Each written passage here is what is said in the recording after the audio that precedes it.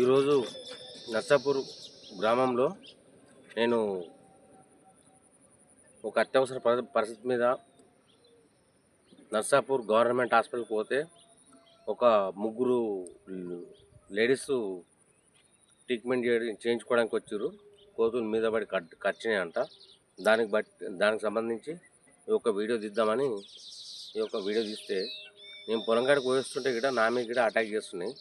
కాబట్టి వీటిని తక్షణమే నిర్మూలించాలని, వీటిని అరికట్టాలని ప్రజాప్రతినిధులకు అందరికీ మా జీవన్ న్యూస్ తరఫున కోరుకుంటున్నా. గ్రామ ప్రజలైతే ఎప్పుడు డోర్లు పెట్టుకొని ఉంటున్నారు, కానీ డోర్లు ఓపెన్ చేసి గిట ఎవరు ఉండలేరు.